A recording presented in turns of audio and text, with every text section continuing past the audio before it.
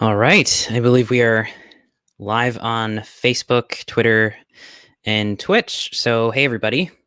Hope you're doing all right. We're doing another session, solo session of mutations. I like to do these every so often and answer reader questions, community questions, kind of engage in sort of a dialogue with my viewers.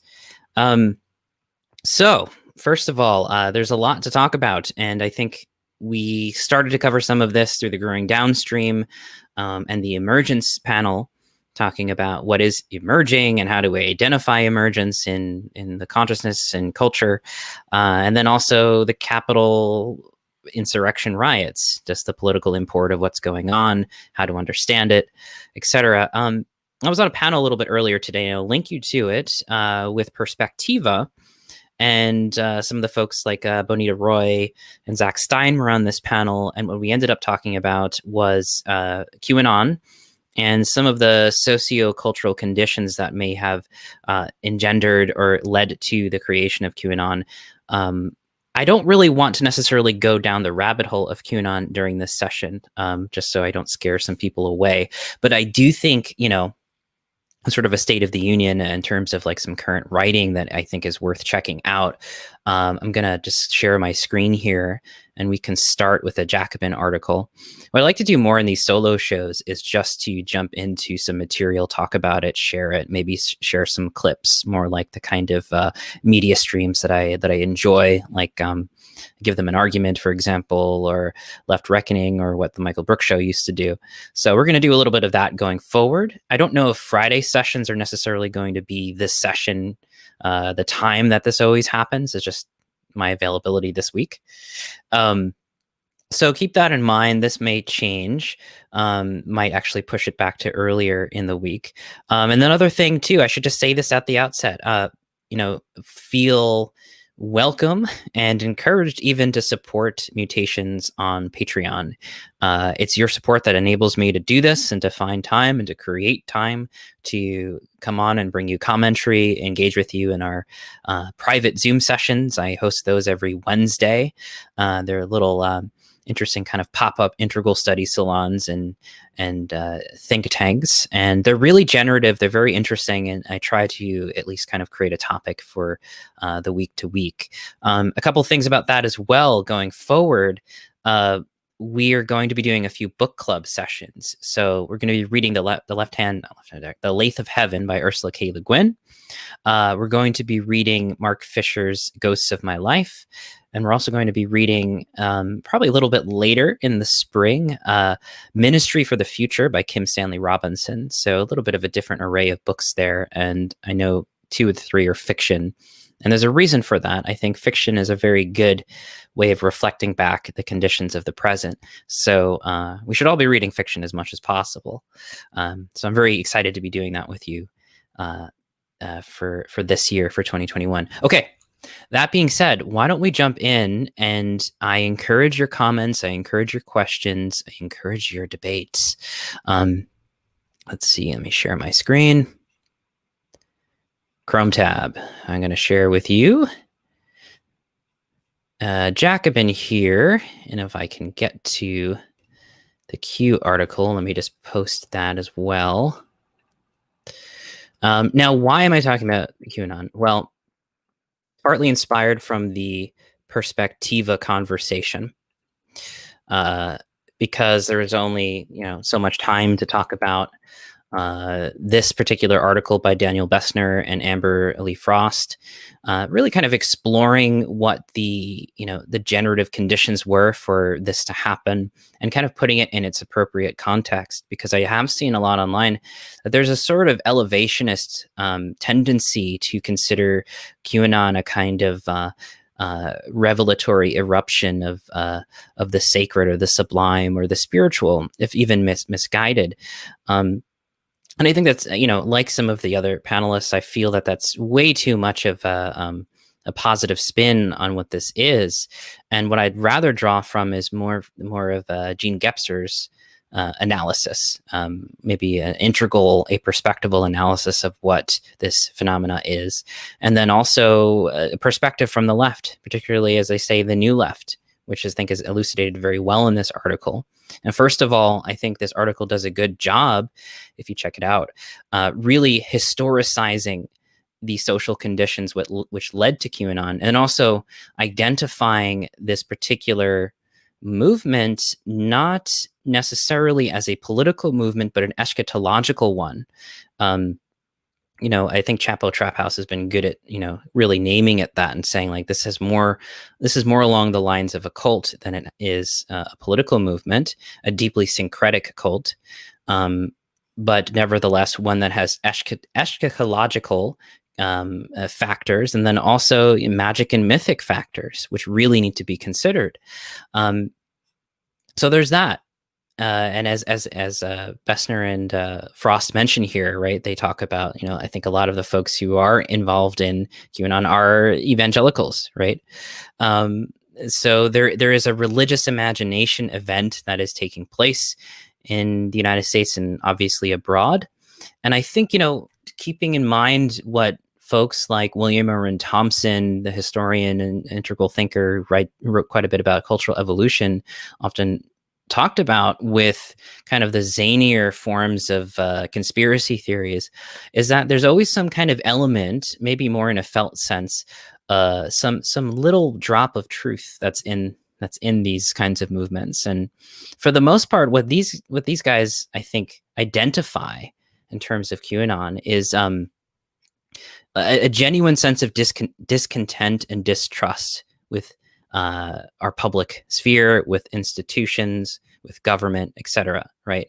So there's a sense of distrust, and I think this distrust is well placed. Its expression is very ill placed, right? So I think we have to make these kinds of distinctions, that Q may be an expression, a literalized expression, a paranoid expression of a general malaise and discontent, a response to the feeling of alienation and isolation that many individuals who had joined QAnon and left it ended up, saying, in terms of what was the motivation for joining QAnon. It was to feel connected, to belong to this global community where everyone gets what they're talking about. They can identify the world problems. They understand the kind of cabal system that's going on, and they have a fight to engage with. So we can't underestimate the compulsion to belong, the compulsion to identify with a group in this way. And also, conjuring up the magic and the mythic in a deficient form, in the sense of the literalism in which QAnon is playing out.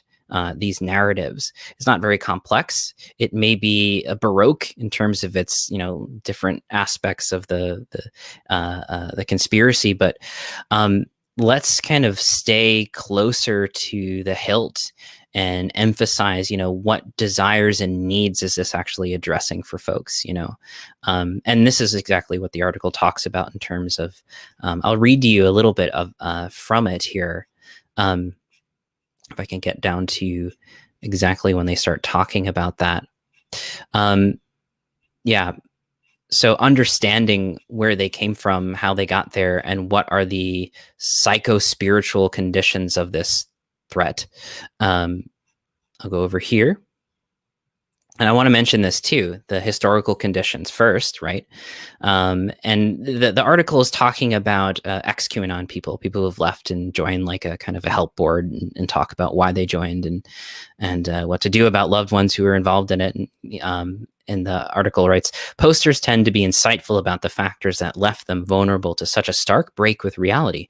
In particular, they highlight the significance of economic instability and poverty, general feelings of powerlessness, a broad disillusionment with politics, mental illness and depression, boredom and loneliness. The pandemic lockdowns are often pointed to as a major factor in the group's explosion, with many former QAnoners stating they had never even heard of the group until COVID-19, when they had little to do with their days except sit at home alone on the internet. And then this is an important point as well. Much of the energy that these former QAnoners once dedicated to divining the meaning of cryptic Trump utterances and anonymous Q posts is now directed toward a different kind of search for answers, not only to questions of politics and the economy, but to questions of the psychological and sociological conditions under which we all live. The success of Q, in fact, underlines what the late Michael Brooks emphasized in his work, that people need not only arguments, but spiritual and social connection to make meaning of their lives. So if we look at these underlying factors, right, deep, profound social alienation, economic disparity, boredom, a general malaise and discontent with our legislative and institutional structures, which have continued to become increasingly oligarchic and increasingly accruing centers of power at the top. A kind of literalized conspiracy theory, obviously it's a bit outrageous in terms of, what it's actually talking about, becomes, I suppose, we could see or kind of begin to understand the appeal. And it requires a level of empathy on our part, too, to really kind of dig in this sense. So I don't know if you guys are following me or not. I don't know what Super Saiyan's saying about a very charitable interpretation of Q. If you're talking about the kind of elevationist attitude. We just touched on it really briefly during the Perspectiva talk about, Wilber's pre-trans fallacy is actually really good in this sense, right? Like that, that there's some kind of missing integral piece that the Q eruption is talking about and demonstrating on the world stage, right? The shaman that enters DC, or I find that kind of elevationism just deeply flawed and problematic. And obviously just an incorrect ahistorical analysis of what's going on here. It's not even an integral analysis in the sense of like what Gebser would see, which is, okay, institutions are failing, economic disparity, alienation, existential angst about, the climate, where we're headed as a future. The kind of the spirit of our cultural age has really kind of withered. So, and then our material conditions are also in a state of instability. When you create conditions like that over 30 or 40 years, you're creating a breeding ground for this kind of magic, mythic, deficient literalism to resurge. And for folks who aren't familiar with this, is like a integral speak. The magic and the mythic structures of consciousness are Gebser and a lot of integral theorists claim, and I believe this is true, that these modes or ontologies are valid. They're part of what makes us human. Maybe more in kind of a universal statement we might say that the religious imagination and our compulsion towards meaning making and belonging are an integral factor of being human and are going to show up, especially in times of economic and social duress, to help make sense of the world. And they don't always show up in healthy ways. They might show up in very pathological ways, this being one of the cases. The article also mentions some, U.S. precedents for this, right? Like the silver shirts, I think they were called, during the rise of fascism in Europe. There was a kind of wannabe fascist group in the United States that essentially really liked what Mussolini was doing and was kind of creating an interestingly weird, bizarre Christian mysticism, Christian mystic fascism. That's the only way I can really describe it after doing some digging about it. So it's not that these things haven't happened before. It's not that, deficient invocations of magic and myth have not shown up before in modernity. This is actually, in fact, a condition of modernity in this sense, in that maybe if we wanted to give some credence to, say, some of the more the folks who are giving more lenience to Q, I don't think we should. I don't think we should overplay how dangerous these folks are or underplay. And as Bessner and Frost talk about in the essay, they could be weaponized. They don't seem to be very well organized. Certainly they're dangerous, but how dangerous they are really is dependent on, what kind of political will can get organized around and weaponize folks like this. Obviously it can happen, right? So it's certainly a threat to keep in mind, but also not one where we need to worry that, QAnon is organizing a kind of civil war or something along those lines. So I think we have to balance that. Nevertheless, I think we have to call them for what they are, right? A deficient magic, mythic literalism. If we're going to be empathetic and sympathetic, we should be towards the conditions that generated this to be such a breeding ground, right, for this cult to explode, right? Alienation, economic and existential angst, material conditions, etc. Like, we can empathize with people at that level, and we might even be able to reach them at that level in order to kind of parse this and make sense of it.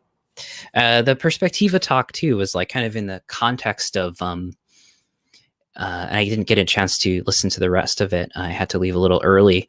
But in the context of what making sense of what happened at the Capitol, and really kind of bringing it into the present, in the sense that, well, going forward, is this, has everything changed from this moment, right? And I think where I left off in the conversation was, yes, things have changed insofar as the material conditions we're in right now have not fundamentally been transformed.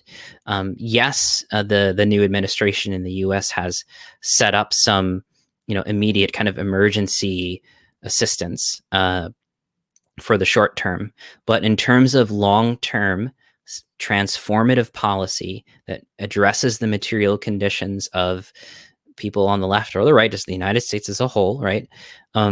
We haven't really seen that really take hold. There's been some hopeful possibilities that this might be the direction the Biden administration eventually takes or will take, with pressure from the left, but this is by no means a guarantee.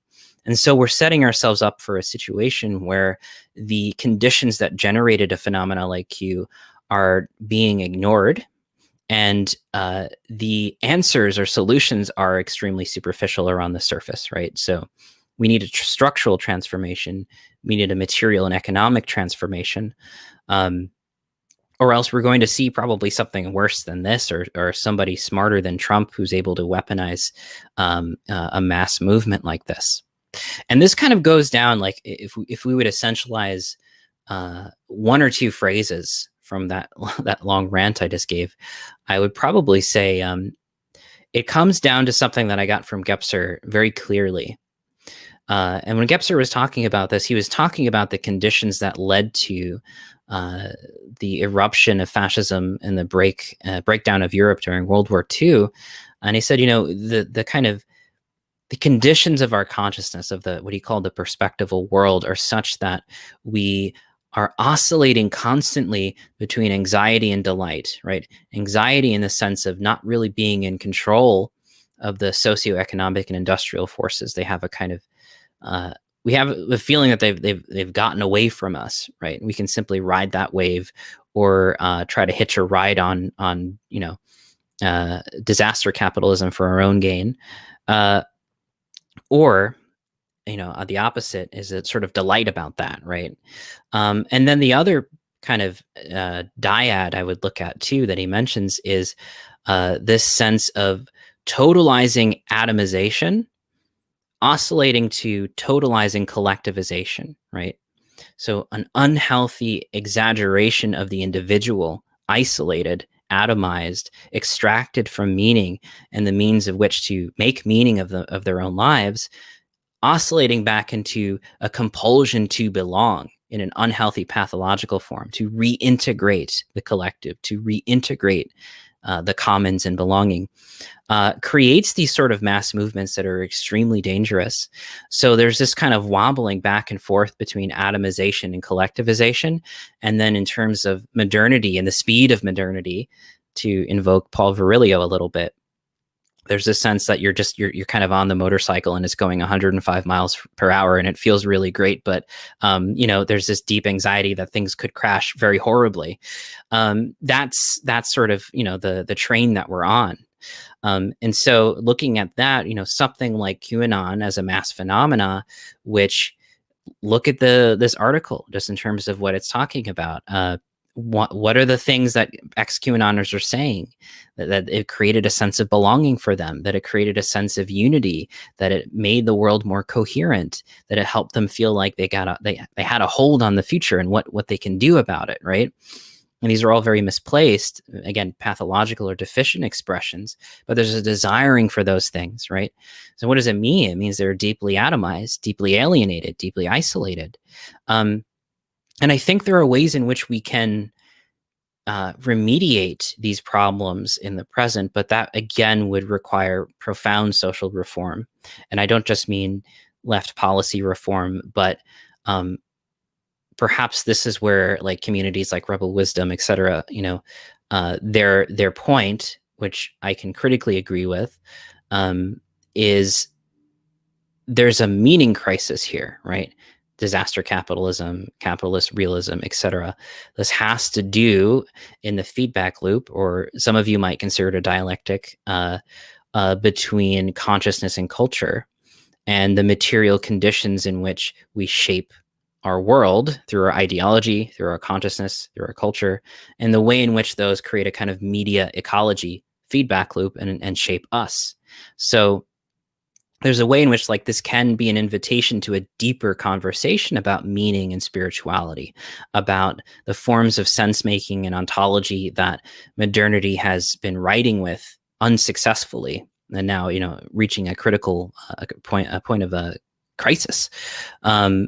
So there's a lot of ways I think in which we can consider the deeper dimensions of consciousness and culture, but they just have to be coupled with, or they ought to be coupled with, the material conditions, right? The material conditions and the historical material conditions that play right into religious movements and eschatological movements, et cetera, and the desire for meaning and the desire for belonging.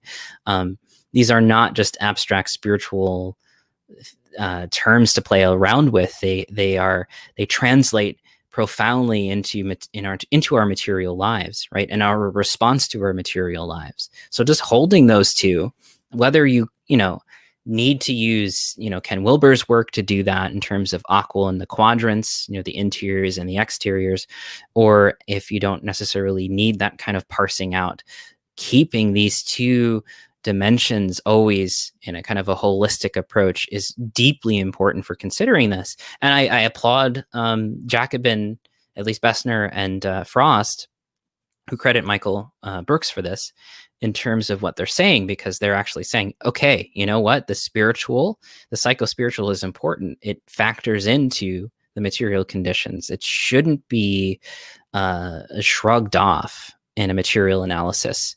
It needs to be included in a non-reductive way. So let me see if there's any comments. Yeah. I think Adam is mentioning this. We need cognitive maps. Traditional ones have been eroding under capitalism. Q gives this kind of map. Yeah.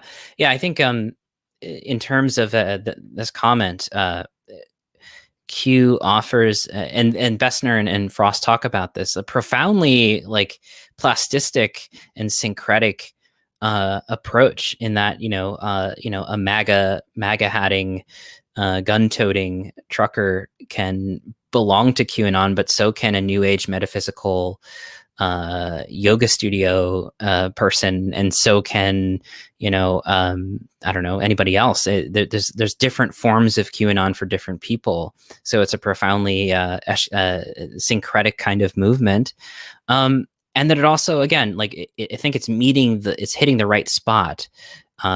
It's explanatory, it's empowering, it helps you get a sense of the world.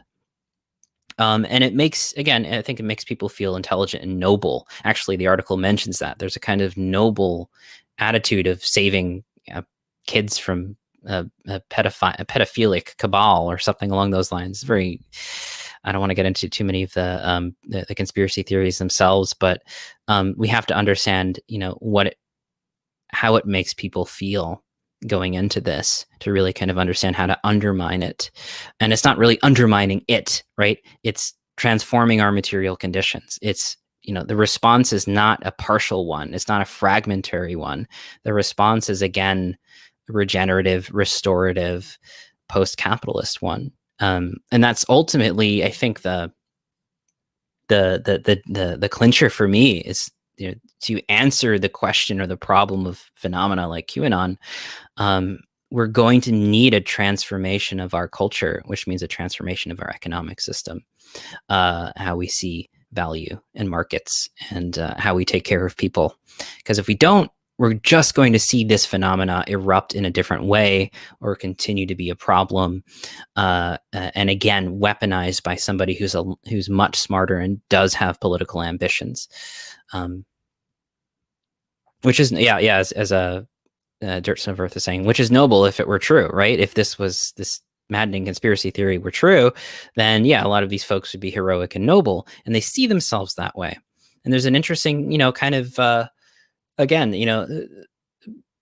how I think the answer or the kind of response for the left has to be like, well, how do we help people feel that way? In our messaging, in our rhetoric, in the way we articulate what needs to happen, in the way we position, our plight right now and the material conditions. We need to work on our messaging as well. And I think this is the other point that Michael Brooks brought up quite a bit. We need to empathize and we need to win over folks like that. The religious, I'm not saying necessarily the eschatological. We don't need some kind of eschatology for, in this sort of sense, maybe in a Benjamin kind of sense. But I realize that's not really necessarily accessible for everybody. But, we need at least to be literate and empathetic with the religious imagination as part of what it means to be human, and recognize that a genuinely integral-oriented left is one that is folding that in and understanding it and able to at least translate what's going on and not be too judgmental in this sense, right? Not too otherizing. That's a very good way to disown what's happening too. We shouldn't otherize, and on the other hand, we shouldn't elevate. That's my version of the pre-trans fallacy in this context. Don't otherize and don't elevate. So let's see. Ryan was mentioning healthier, more mature alternatives to Q critiques of the deep state corruption include Glenn Greenwald. Yeah. People like John Perkins, backed up with real facts and not sensationalized conspiratorial fantasies. Well, exactly. Again, the Thompson insight that there's always an element of truth in these conspiracy theories, and that there is somewhat of a conspiracy, in terms of relationship of power, just in terms of like real. I'm just thinking of like Epstein, that this is a real phenomena here and there. And there's some real mature analysis of what's going on that is, essentially in the spirit makes QAnon true, right? But not in the literal fact, not in the flesh, not in the material reality. One of the things that I thought of as well was how similar a lot of folks have been calling what happened at the Capitol a kind of a LARP, like a live action role play, if you're not familiar with that. And there's some interesting parallels there too, in the sense that it was this internet LARP that got catapulted into the material world and, to devastating effect, for some of them to lethal effect. But if you look at some of the same reasons or motivations for folks who do LARPing actually and get involved in, let's say, like subcultures and comic book community and the geek community and fantasy community, there's many instances of people who find a community to belong to, who find an identity through this, who have a strong sense of belonging and connection that they may not have had in their immediate circles. So I think there's some analogies there, and in no way am I saying like LARPing is as bad as QAnon, but that it's the same kind of phenomenon that the internet engenders, right? A different way to belong, a different way to kind of make sense of the world and have a subculture to look back out at the world in, and have a shared sense of world with a subgroup of people who may share that with you, right? So there's a kind of another epistemic element here that Zach Stein brought up, in the sense of not having a shared world in this context, right? Because we can all fragment into these little sub communities and go online into the virtual. And I think this is something that is a difficult phenomenon to answer, but instead of attempting to address it directly. Like a good leftist, I think I just come back to, uh, Amber Frost's critique from another essay in Catalyst journal talking about this. And understanding, like, the internet wouldn't be such a bad place if the material conditions were being met, if alienation and estrangement and economic disparity and a just psychologically deeply unwell populace wasn't using the internet, right? Like if those conditions are met offline, maybe we'd be using the internet better, right? I will say that there's a limit to that kind of response, in that I do think the internet is still maturing, and it still is kind of carrying with it a subtle Cartesianism in the online-offline dichotomy, the online-offline split. It's very interesting to see how online fantasies, when catapulted into the material world, break apart or causing chaos. There's a disruption of a shared world, etc. I think this still smells to me of a very kind of modern attitude that the internet is still carrying with it, a subtle Cartesianism that the internet still carries with it. Not the technology in itself, but the way we're architecting it, right? Online and offline.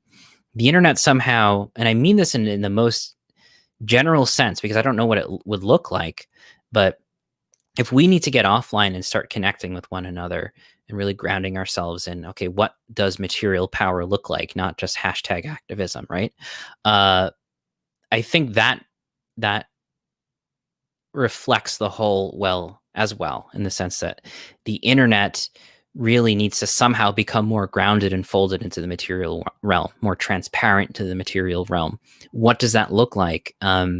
It might mean, technologies that empower community building and livelihood, that challenge, economic disparity, that enable and empower unions, that enable and empower, alternative currencies and marketplaces, that empower the commons in some kind of material form and fashion, in a much more regional sense and bioregional sense. Even what that kind of internet would be, I don't think exists quite yet.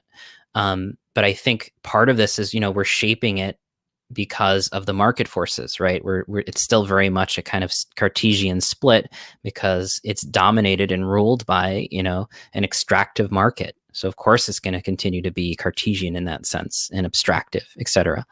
So there's a lot of work to be done here, and there's a lot of dimensions that are almost manifold in terms of trying to understand a phenomena like Q, and really kind of understanding our particular moment, where online communities, in the absence of a strong sense of belonging in our material conditions, is a kind of prosthesis of belonging. And this could be very good in some ways. I think, I have some wonderful online communities I've connected with, but I never want that to be a way to placate, actually, or to kind of dismiss this problem, right? That the internet is sort of exacerbating the alienation that we're already experiencing in our material conditions. Just because I'm having a good time in some particular online forums and communities doesn't mean there isn't a structural critique of the media ecology that we've architected. So there's that, which is a mouthful. But yeah, any other questions or thoughts and reflections here? Here's one more from Super Saiyan. I think the most integral, healthiest form of Q is to focus on transparency in government and populist anti-corruption that covers all spheres of society. Yeah, I mean, again, that's emphasizing where they're right might be a tactic. I mean, as this article is also mentioning here, Q makes people feel good. We don't mean merely that it makes them feel good by delivering dopamine jolts that come from the embrace of a community, the thrill of discovery, the satisfaction of enlightenment, and the comfort of a worldview that brings hope. Though QAnon does provide all that, what we mean is that it makes them feel good, as in righteous, heroic, noble, and benevolent. So why would a QAnoner stop believing, especially given that a return to a pre-Q worldview likely invites back all the pre-Q fear, confusion, and feelings of powerlessness that engendered individuals turn to QAnon in the first place. Only this time, there's the added pain of shame and the shattering of one's self-image as a wise and virtuous person. So these are real, these are important tensions that I think we have to be reflecting on and asking ourselves. And I think this is where this is the trouble that we have to stay with, elevating Q to something beyond this, or demonizing Q as just like some weird, as this article even plays with, barbarians at the gate, consciously plays with here. I don't think that's really going to address our crisis. But yeah, so there's that. There is all that. And now we're like kind of setting ourselves up in terms of, let me see if I can get another slide here. With the, I'll put this up. I'm not going to dig too harshly. The Daily Evolver. Ryan's probably laughing. The inauguration of relief. Yeah, I mean, I think relief we should take literally here. Like, there's some crisis relief. Like, here in Florida, when there's a hurricane, there might be some crisis relief. There might be food and water brought to a place, or a generator turning on air conditioning in the dead of summer. That gives you some relief. But the material conditions, your house may be blown down. You may be, thinking about insurance money, or thinking about like how you're going to have your livelihood back. It goes beyond relief. It really has to become restorative. We can't go back to brunch. There is no brunch to go back to. And I think this is the issue here. The one issue that I think I take, right, with being too salvific about the new administration. I think, rightly so, the left, a lot of folks and pundits on the left are skeptical and are going to attempt to hold the new administration's feet to the fire. After all, it was during the Obama-Biden years that, some of the largest transfers of wealth were happening at that time. And the conditions for the present were also being stoked. These folks, these individuals, are partly responsible for getting us to where we are today by generating these material conditions in the first place. So I think we have the skepticism is rightly and appropriately placed and should remain. So, unlike my friends, even in the integral community, I don't necessarily have as a naive relief about this. I question and caution a kind of salvific attitude that competent people are now in charge and we can go back to brunch. These folks are not necessarily going to be working in your best interest. They may not be as transparent as Trump was about just, ransacking everything, but nevertheless, and there's nothing in Biden's track record that would make me pause and reconsider. Like, I'll see it when it happens. I'll see it when the legislation is being pushed for and passed. So I remain deeply skeptical. I do think there is an attempt right now, culturally and politically, to patch things up. Right, there is a kind of a flare-up, an eruption. Wasn't a good eruption; it was a pathological eruption. A destabilization. We've restabilized, but it doesn't mean we're out of this yet, not by a long shot. And what I'm concerned about is, the number of folks who will be so relieved by, the daily press releases and, the rightfully appropriate, push for mass vaccination, student debt suspension, etc. I'm hopefully pushing the $2,000 checks. We'll see if that happens. These kinds of things are obviously needed in the short term. But again, it's that long-term, sustained, transformative policy making that needs to happen, and I simply just don't trust the Biden administration to be doing that without being forced to. Let's see. On the note of maps, Armando says, Jameson calls for cognitive mapping as an antidote to the crisis of representation in late capitalism. Was never exactly sure what he meant, but it seems like a good idea. I think cognitive mapping is certainly it almost sounds integral or integral theory like, in the sense of really trying to understand where people are at cognitively, emotionally, psycho-spiritually, etc. Maybe less psycho-spiritually. Maybe that would be seen as too qualitative and not quantitative. But I think addressing things this way is certainly important. If we can understand it as empathy taking, what drives populations to do certain things in response to the material conditions. This is where we should start in an integral analysis, right? I think a developmental perspective is problematic here, because it ends up showing or claiming that Trumpers and QAnoners are simply an earlier stage of development, a population that's just an earlier stage, and they kind of hijacked the White House for a couple of years. But I think that underestimates, first of all, the appeal of Q, for example, in that it seems to be appealing to many, many different people, and not just the typical developmental red stage of MAGA gun-toting truckers, or whatever the cliched image is. So I think things are much more complex, and it doesn't make sense to me anyway, because we disown the shamanic and magic and mythic drives that we might even be susceptible to, in a deficient sense, given enough extremity of anxiety about the future, a sense of loneliness, etc. So I think we really have to kind of hold the developmental perspective lightly when we're ending up talking about Trumpers and MAGA folks, etc. People are dangerous. We as a species can be dangerous. It's not a developmental level.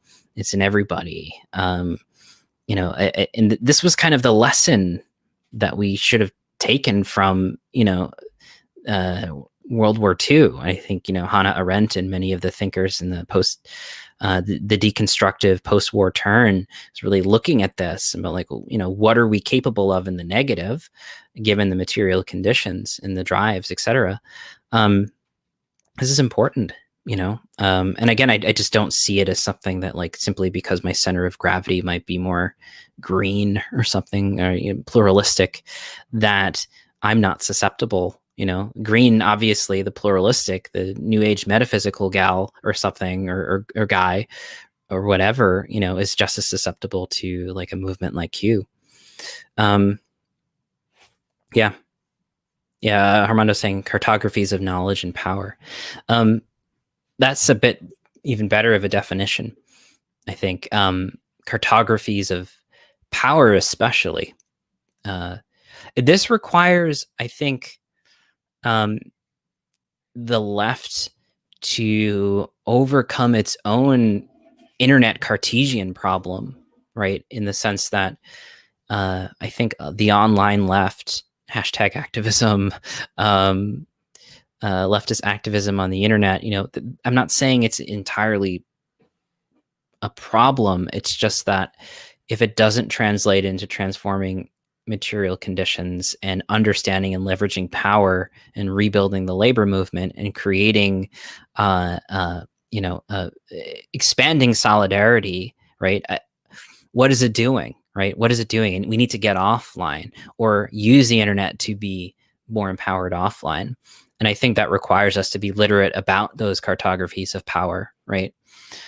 So we suffer, I think, from the same kind of subtle Cartesianism that QAnon does in a different way. I think the exaggerated performative resistance to the Trump years on the internet is a good example, where this may have had a kind of social or cultural performative gain, but it didn't necessarily mean that we were actually leveraging power, or developing, organized enough to develop a mass strike, or institutionalized enough to legitimately push the election towards a more progressive platform. So yeah, again, we need to get offline in the sense of, how do we restructure the internet to help us get offline? As oxymoronic as that might sound. One of the things Zach Stein talked about today was meta politics, and I would be interested in engaging in a further conversation with him to really kind of extrapolate what he means by meta politics. But from the context of what he mentioned during our talk today, it has much more to do with, relating to each other on a human and familial level, right? Our family and our loved ones, etc., and really kind of seeing that coming to the forefront rather than necessarily political memetics or ideology. But I would argue that this is exactly what the New Left has been trying to argue for. This is exactly what Bessner and Frost were arguing for in that piece. And like, we get to the human level, what is driving us to act and behave in a particular way, and can we change those conditions so that that is alleviated and deflated, especially if it's a very dangerous or violent expression like anti-Semitism, etc. So I don't know if metapolitics means coming down and growing down to earth, hence the Growing Down podcast, then that's good. And but I don't think it's necessarily disassociative from the political. It's just seeing the political in the service of the human. And I think that's the most important element here. And it's the element that, we need to always be working on this, especially since, in online communities, a sense of oppositionalism is we could easily stumble into that all the time, and otherizing. That oppositionalism is really difficult to overcome. Developing a sense of compassion and empathy and not fighting with each other on the internet, very difficult. And this has all been highlighted, this year, just like in terms of the themes of alienation, isolation, oppositionalism, and internet Twitter wars. All of that, we've just gotten so much of it. I think if there's anything that is constructive and emergent in 2021, it's a sense of like, really, the internet is not, we shouldn't reify it. And that it really comes back to being human and being human together. I don't really know where I'm going with this in terms of a conclusion to this rant, other than, if the metapolitical means putting humans at the center, and I don't mean that in the anthropocentric way, but in the embodied material conditions way, and what are the drives and motivations for people to become violent, and violent insurrectionists, storm LARPing the Capitol, then we really have to find ways to develop a sense of empathy, and not a non-critical empathy. Obviously, if these folks are causing a danger, then there needs to be an appropriate response. But our energy and our attention should be going to transforming the conditions that create these social problems to begin with. Yeah. Actually, Washtub has a good theme. I know who some of you are here, but I'm just not saying your names out loud. With respect to, however you want to appear online. Oppositionalism is indication of trauma, unhealed or open wounds. And that's like a thing too, right? Like part of Amberly Frost's article on the poison chalice of hashtag activism was saying, look, the internet is being used this way. Like, it's designed to be deeply oppositional and fractioning. Because it incentivizes money making and clicks, etc., attention, and B, you're dealing with a populace that is deeply wounded and traumatized and alienated, and you're throwing them online in an environment that thrives off of oppositionalism. You're creating a powder keg of the culture wars, the mimetic mimetic culture wars, which for me, Benita raised this point as well, which I was happy to hear today. Benita Roy, that we can't just talk about memes and meme wars and mimetic tribes in the abstract. There are reasons for this happening that we need to trace into these material conditions, right? Into a traumatized and wounded populace, to an alienated and isolated culture, right? We have a very sick culture and we're putting them online. And how do we expect they're going to act? So, again, how do we change the culture? I think it's a response to, we need to think about these things. We need to change the market. We need to look at the kind of material, social, economic possibilities, the alternatives, give people hope, give people a sense of belonging. And one of the things that I haven't really gone into Jeff's piece here on the Daily Evolver, but one of the things that, if I could just share the other slide again, that Bessner and the QAnon piece talk about right at the end is right here. QAnoners are correct about a lot of things. Recent revelations like those surrounding Jeffrey Epstein scandal indicate that a lot of wealthy elites are, in fact, members of a pedophilic cabal. More broadly, though, you don't have to be a conspiracy theorist to realize that much of the world has gotten worse for millions of people as a direct result of forces beyond their control. And then here's the argument for, okay, well, how do we pivot, right? What is the response? Well, they write that socialists have some big advantages over an anonymous 4chan account. Not only do we have explanations and a political program that addresses QAnoners' legitimate concerns, but we also have reality. I don't know. And the honesty and humility to admit that, well, we don't have all the answers. We aspire to build a system that is democratic and just, that is honest, and that cultivates the better angels of our nature so that our world, and indeed humanity itself, can become good. This, more than anything, and I think this has been brought up to quite a bit, right? That the left ought to present itself more constructively. This is something for folks who are followers of the Michael Brooks Show, the Michael Brooks Legacy Project might notice me mention on Sunday, and then on Tuesday when it's broadcast publicly. But on the Integral Metamodern panel, I brought up that Michael and I were talking about what in the conditions that I've just been discussing about. Pathological, alienated, isolated culture using the internet, which is just fermenting this kind of attitude, these kinds of pathologies. How do we respond? And we respond with exit strategies. We respond with the constructive and the regenerative, even if it's entertaining some visionary notions, even if it is suggestive and imaginative. In fact, it's a good thing that it might be, as long as it's grounded and rooted in, material history, then we should welcome imagination. As long as it's grounded and rooted in material history, then we should welcome spirituality as a kind of anchoring point. This is still where we can find common ground, and I think find points of mimetic mediation by relating back to the material, right, and the material concerns. I'm not a materialist in the ultimate metaphysical sense, but I think I am in the sense of a kind of pragmatic approach to negotiating and engaging these communities and strategizing for how do we move forward together, right? So I really like this article. I'm going to share it in the show notes, and if I can, I'll post it here. Cool. And then Armando was saying, Jameson calls cognitive mapping a new aesthetic and a spatial analysis of culture. We need to locate ourselves within the planetary capitalist totality.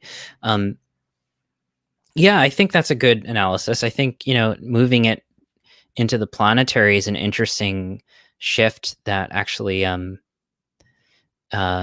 identifying it, let's say as Fisher does, like this capitalist realism, for example, giving it a name, giving it a sense of the whole, is a much more integrative orientation. It's a return. Metamodernism talks about this quite a bit. Like, we need to return to grand narratives. I don't know if we necessarily need to in this sort of ironic oscillation that they sometimes talk about.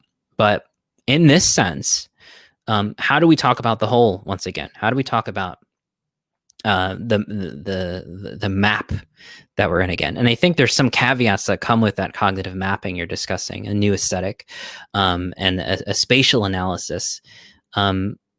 The spatial analysis is not categorically spatial. It has to be something beyond a kind of Cartesian space. It has to be a space that is full of folds, as it were, right? In many dimensions, many typologies, a manifold space. Because that's really, I'm thinking of Bruce Clark's work on planetary imaginary in Gaian systems, when he's talking about actually a lot about this, that the kind of space the terrestrial implicates is an inexhaustible space. It is incorporating time, complexity, manifold dimensions, process. If this is the kind of cognitive mapping that we can hold, then capitalist realism could open up into a kind of planetary realism, right? A planetary totality. And that's what I'm very interested in eventually attempting to articulate or contributing to the articulation of, because that's the only kind of realism I think that will give us, like what Michael Brooks talks about, this exit strategy to capitalism, a regenerative turn, a sense of giving us not necessarily a linear direction, but a orthogonal way out of this, right? That we aren't totally captured in an ontological sense by capitalist realism, right? Let's see. I'm going to get to Chris's question, which is a good question. Welcome back. Thank you. I've been taking a little break. Hope to be doing this more regularly now. But thoughts on the possibility of the Overton window shifting left toward neoliberal centrism and the progressive left with the Trump and followers ban? Okay, so I would say the Overton window, right? I know that's used quite a bit. Shifting left. Yeah, I would. Okay. Maybe. My short answer is maybe. And I think it really depends on a few factors here. One, for the Biden administration to be effectively pressured towards the left, a lot of his immediate relief plans do look much more progressive than we expected. And I think that is a result of the pressure from the left and his constituents, especially the Bernie crowd, who, again, came very close to winning during the primaries. So that's a big constituency. So I do think they've pushed the centrists further left. But I think it's very tenuous, right? This is not going to be their go-to, right? The progressive left platform in terms of policy is not going to be where Biden wants to rest. It's not his center of gravity. So I think there'll be a lot of resistance. And so I think it requires the left to step up its game. It's been really promising to see the eruption of union organizing in the new year, from Google to some of the strikes that are happening right now, the recent Teamsters event. So this is a really good sign, a really good indication that something is happening. So I'm hopeful, I'm cautiously hopeful that the left is beginning to organize better, and that organization will result in pushing our institutions further left as well. But it really is like an open-ended process. Like, can we institutionalize the left in a way that it makes it more effective? It's still very weak. It's still very late, and it's just kind of waking back up in social consciousness, right? I'm not talking about the cultural left, but really the kind of institutionalizing, mass organizing, power literate left. That's only coming back online. The good news is a crisis like 2020 could be enough to make sure that Overton window does stay fundamentally shifted towards the left. That's what I'm hoping. But again, it's very open-ended. We'll just have to see. We really will just have to see how things play out and if effective pressure can be maintained. Now, in the other context of that question about the Trump and the followers ban, this again depends on will the Biden administration effect transformational change in our material conditions in terms of not just temporary relief, but student debt cancellation, a push towards realizing, realistically pushing towards Medicare for all. There's so many different factors, right? If those things can happen, then I do think the desire and conditions for a populist right have less fuel for the fire, right? So it's really contingent on whether or not those social conditions are going to be addressed and transformed.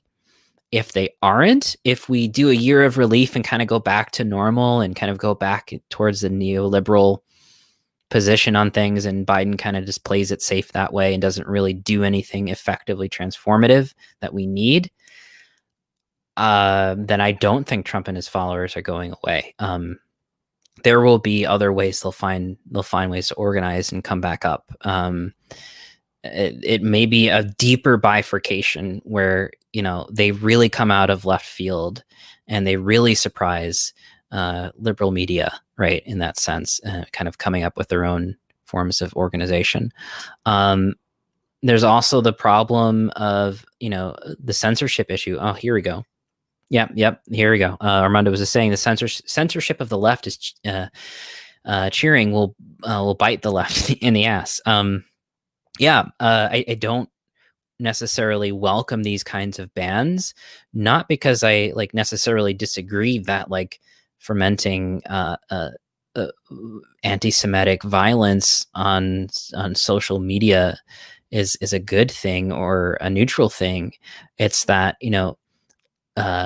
legislating censorship is going to be a big problem when unions and mass strike organizing that can shut down Amazon can also backfire. Like Ben Bassi was mentioning recently about this too, that, okay, what if union organizers create a mass strike or they have some online organizing and Amazon can pull their servers too, how they organize, right? Like they pull their servers, pull out their websites, etc., because it threatens, national security because some kind of economic crash that they might incentivize. I don't know. There's plenty of reasons, completely insubstantial reasons that this could be used against the left. So I have deep concerns about that as well. And I don't necessarily cheer on this kind of legislation. On the other hand, it is nice to have Trump off of Twitter. On an emotional level, I definitely feel that. But it's a tricky territory to navigate. I think the answer might be more orthogonal in the sense that we should go back to some of these questions about the internet becoming a public utility, companies like Twitter going public, right? Douglas Rushkoff talks quite a bit about this, that the market incentive for these companies to is not to go in that direction, of course. And this is part of the problem into why they've become such a cultural crisis problem, in that it's incentivizing all of these kinds of behaviors because it's it makes money. It's it's not towards the commons, right? The internet is not a replacement for the commons or for third spaces, unless we make it, right? Unless we actually enact some of these laws in different ways. So I think the answer has to be orthogonal. And then we can begin to talk about, okay, if this is a public utility or a public space, then maybe different rules apply to those public spaces in terms of hate speech, etc. So it's a very complex issue. Yeah, censorship is antithetical to disruption. That's an interesting statement. I'd be curious, Tress, if you wanted to extrapolate on that. But yeah, I would say there's a few responses off the cuff. censorship is antithetical to disruption. Yes, and that also begs the question of where these folks are going to go. Will they be harder to dig out if they find, servers that will never go down, in shadier hosts, etc.? What's going to happen then? Is there going to be a weird kind of bifurcation, a true dark web in that sense, as a result of censorship? I don't know.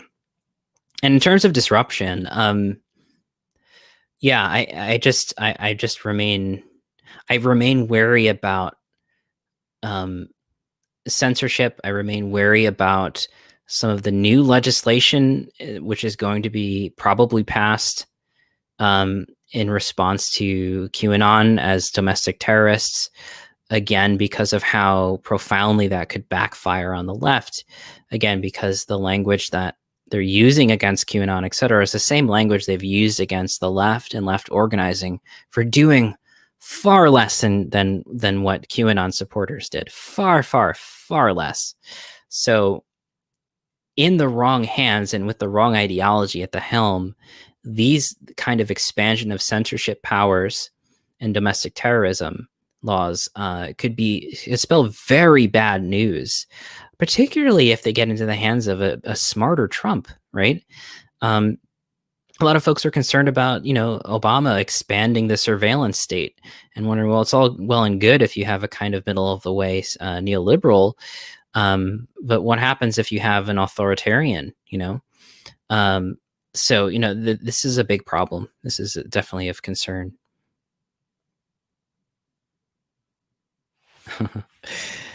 Yeah, FBI already calls Black Lives Matter extremists. I mean, look at the response, to the Black Lives Matter protests, compared to how we responded to QAnon until they stormed the Capitol. And even then, there's so much favoritism on the Republican side in terms of, how to respond. So much leniency. Jack Allen says, Vanguard organizing ourselves via Neopets. Spread the word. We may have to come up with interesting solutions. But yeah, I mean, this is certainly a concern. And if we look at what has materially happened, what has legislatively happened this past year, it doesn't look good. Authoritarian power has increased. We've had the largest transfer of wealth in history. There's a very interesting Varoufakis article and talk about, how capitalism has essentially extracted itself from economic recession and had some of the biggest gains in history this past year. So, we're not in a very good space all around. And I don't want to overplay the successes of the left. I think we have to remain on guard and continue to get smarter about the gains that we make in the following years. If there will be gains, they have to be smart. They have to learn from history, and they have to be very literate in terms of, as Michael Brooks used to say, we need to have a kind of a Machiavellian sense of understanding power, weaponizing it and wielding it. And at the same time, in the other hand, hold the flower of compassion and empathy, right, for making a better world. Holding those two, of course, is the image Kali that he always had in his video streams, right? The sword and the flower, right? The heart and the capacity to also have cutting justice, right? To be able to go to take someone or something to task, at the same time holding kind of a divine love or divine empathy. And there's many ways I think, there's spiritual elements here that I think are important and should be emphasized too.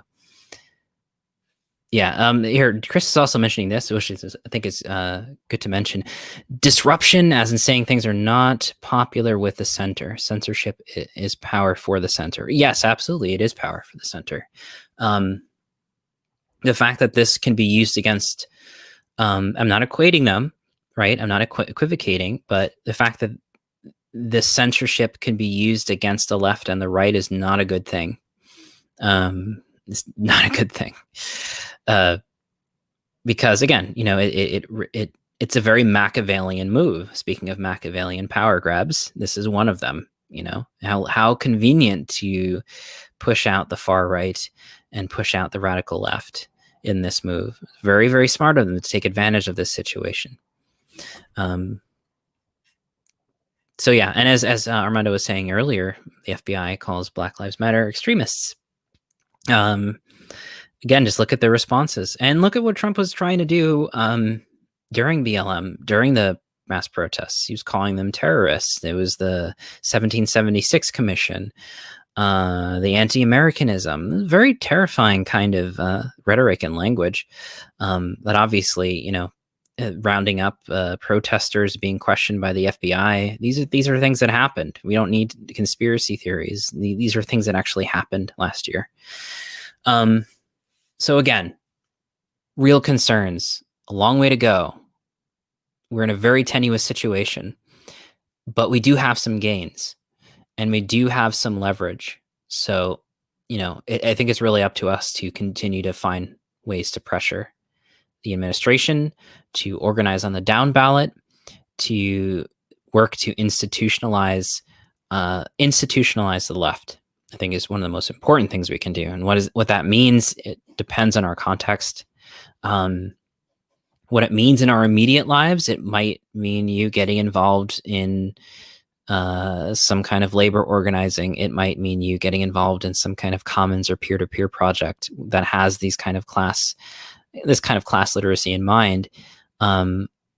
It also might mean something as simple as, and I got this from Jane McAlevey during a TMBS panel, and I was surprised to hear this because it was so.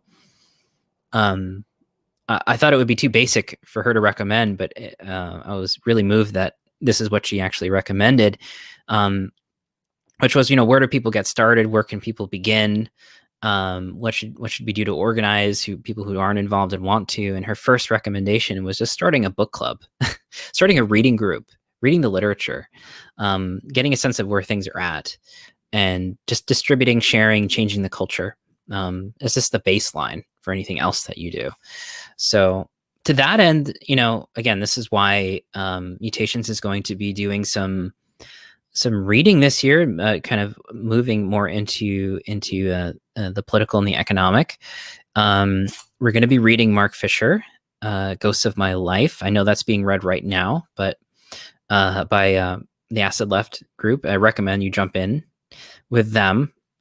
But if you want a weird integral take on Mark Fisher, please join us on Mutations.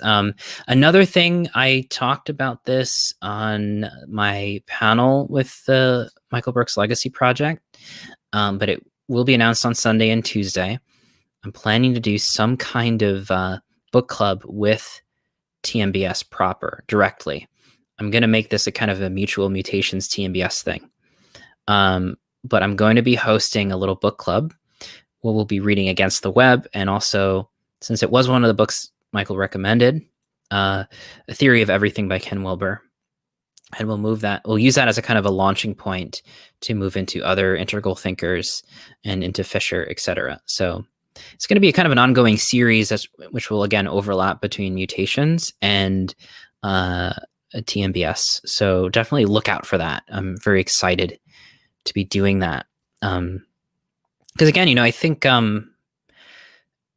to really kind of summarize, admittedly, I'm not sure if it's entirely coherent, but an attempt to be coherent and summarize, this is not just a discussion on the left. This is a discussion of moving towards integrative and integral-oriented directions and themes, right? So I think there's a lot of ways that, integrative thinking, practices of spirituality, right? Just in terms of meditation practice, empathy, etc. These are really important themes that can empower what we need to do right now, right? That can enable this to be not just about the left per se, but about transforming society, right, for everybody. So the regenerative turn, the integral turn in Gebser's language, the aperspectival turn, these are all themes that work very well with texts and books and communities that are interested in how we transform society in a deeply material foundational way. So I'm really interested in hybridizing integral theory, systems change, meta-modernism, and leftist discourse and leftist organizing, especially since it has to do with, okay, well, what's post-capitalism look like? This is a question of cultural evolution as well as it is, being literate about our historical and material conditions. This is a question of sense making and ontology as much as it is having a sense of, the reality of capitalist realism and the existential climate crisis. Having these tools for our toolkits, integrative thinking, complexity thinking, compassion or empathy, the capacity to have compassion and empathy taking, as a kind of resistance to alienation and isolation, right? To be for something, we ought to start to try to do that, right? So I'm really looking forward to that. Cool. Yeah, it's a good book. Maybe reread it with you all. Awesome. That's great. I hope you do, or at least show up for one of the discussion groups. That'd be fantastic. Let's see if there's any other questions. If not, we could wrap it up today. We've gone a little over an hour. And I don't think I had any other bits and pieces on the agenda here. Yeah, thank you, Michael. Yeah, for sure. In Michael's absence, it's obviously never going to be the same. But, I think if enough of us come together and try hard enough, maybe it won't be the same. It definitely won't be the same as us actually having Michael here. But I think he intended this project to be taken up by everybody, right? Like it's something we do collectively. And we could still do that collectively. So I'm very interested in taking this forward. Any interest in, let's see, here's a question. Any interest in Capra Systems' view of life? He has a discussion with Banerjee about it. Interesting. I haven't heard that discussion. I've read Capra's work as as part of my own kind of education in consciousness studies and systems theory and that kind of stuff. So nothing explicit. I may have to revisit it if you find it to be particularly relevant here. He wrote a piece for Liminal last year, which I thought was pretty good. Sort of imagining our time from the future. I don't necessarily disagree with anything he says. I just need to revisit him a little bit closer. Yeah, I'll watch that then. It's on YouTube. Great. Let's see. I'll try to laugh as well as Michael does. Yeah, that's the only. I mean, talk about humanizing the political right. I think that was a great, profoundly great skill that he had in just laughing your way into a different worldview, or kind of embarrassing a particular worldview. Really, just sort of taking and reflecting in a comedic sense. He was great at that, genius at that. I don't know if you've seen the panel, the comedy panel on TMBS Legacy panel series, but it's really good. I laughed a lot, more than I thought I would be able to laugh about Michael now that he's gone. So certainly inspiriting. I recommend it. Yeah, great. Okay, I think we can close here. This was a lot of fun. I will definitely do this again. And next time, I think I'll actually share some clips and talk about them proper style. But it was fun to share some articles with you today. A few quick notes. Feel free to join me on Patreon. There's a couple of things happening this weekend. I'm giving a talk with the Theosophical Society of DC on Zoom about Gebser. I will be posting that link on Patreon, but it will be accessible to everybody. So it's not just for patrons. This is just a public event. But yeah, look for that link and follow through on my Patreon to find that link. And yeah, look for a few book club events. One is, actually, I didn't mention this earlier, on 2/3/2021, February 3rd, 2021, we're going to be doing a Philip K. Dick discussion, not on a particular book, but we'll be talking about the exegesis and Valis. So look for that. That's the soonest one. Look for the Against the Web and Theory of Everything book discussion mid-February.